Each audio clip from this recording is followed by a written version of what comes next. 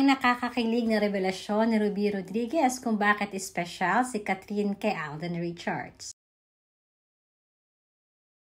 Pinagkaguluhan nga ng napakaraming press people ang Kat Den kanina sa Asian World Film Festival. Madami ang talaga namang kinilig sa kanilang dalawa.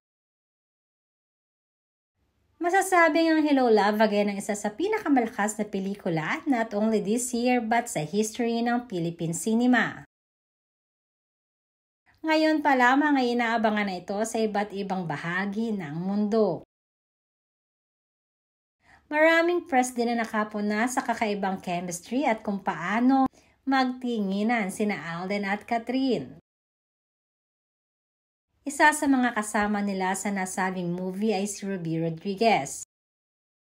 Naalam naman natin na matagal na ding nakakasama ni Alden hindi lamang sa movie kundi simula pa nang magsimula si Alden sa longest running noontime show na Eat Bulaga.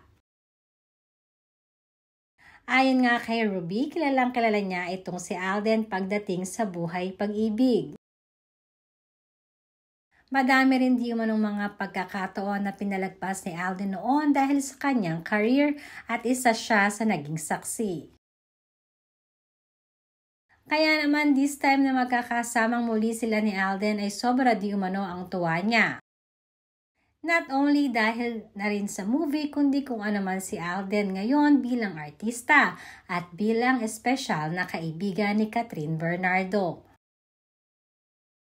Hopefully di umano ay hindi na mapapalagpas pa ni Alden kung ano man ang meron sila ni Kathryn ngayon. Ito na rin di umano ang right time, right age para sa kanilang dalawa.